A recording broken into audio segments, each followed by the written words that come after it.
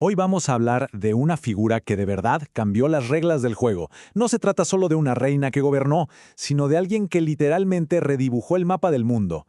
Estamos hablando, por supuesto, de Isabel I de Castilla. Su historia es básicamente el punto de inflexión donde la Edad Media se despide y le da la bienvenida a la Edad Moderna.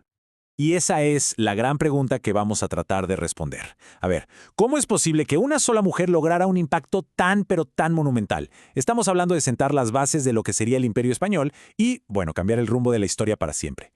Parece increíble, ¿no? Ok, para entender bien todo esto, vamos a hacer un viaje por los momentos clave de su vida. Veremos cómo fue ese camino casi imposible hacia el poder, cómo logró forjar un reino a partir de pedazos, esa apuesta loquísima que cambió el mundo, cómo diseñó una dinastía entera y al final, ¿qué nos queda de su legado? Vamos a ello. Muy bien, empecemos por el principio. Y lo primero que hay que dejar claro es que Isabel no nació para ser reina, para nada. De hecho, su camino al trono fue de todo menos un paseo. Estuvo lleno de intrigas, conspiraciones y desafíos desde el minuto uno. Imaginen el escenario. Isabel nace en una Castilla que es un caos político total.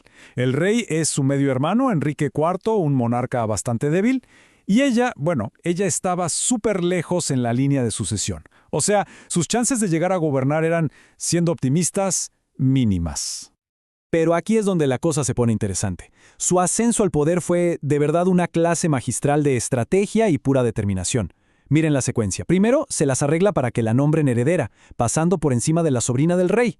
Luego, hace una jugada de ajedrez brillante. Se casa en secreto con Fernando de Aragón para hacerse más fuerte. Y el remate. Cuando su hermano muere, ella no se queda esperando. No, se autoproclama reina de Castilla. Una decisión que, como se imaginan, la llevó directo a una guerra civil para defender lo que acababa de tomar.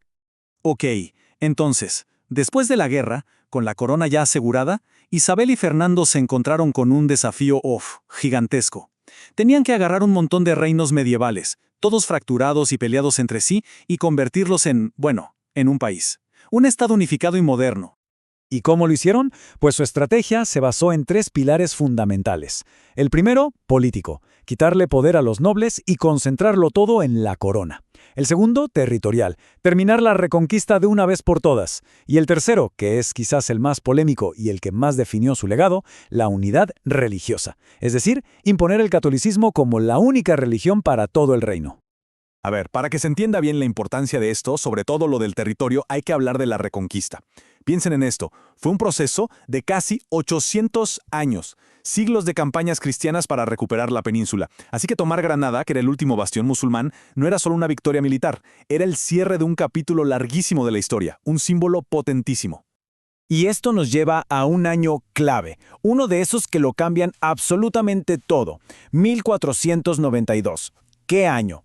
En solo unos meses, Isabel y Fernando no solo toman Granada y le ponen punto final a la reconquista, sino que también toman otra decisión drástica para forzar esa unidad religiosa, la expulsión de todos los judíos que no quisieran convertirse al catolicismo. Pero esperen, porque en ese mismo año, en 1492, mientras todo esto pasaba, Isabel tomó otra decisión. Una que sin saberlo se convertiría en una de las más famosas de la historia. Fue una apuesta por un navegante con una idea que a casi todo el mundo le parecía una locura.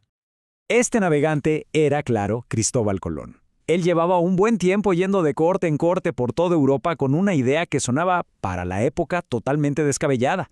Llegar a las Indias, pero navegando hacia el oeste. Iba en contra de todo lo que se creía en ese momento. Y claro, en todos lados le decían lo mismo, que no, que era imposible.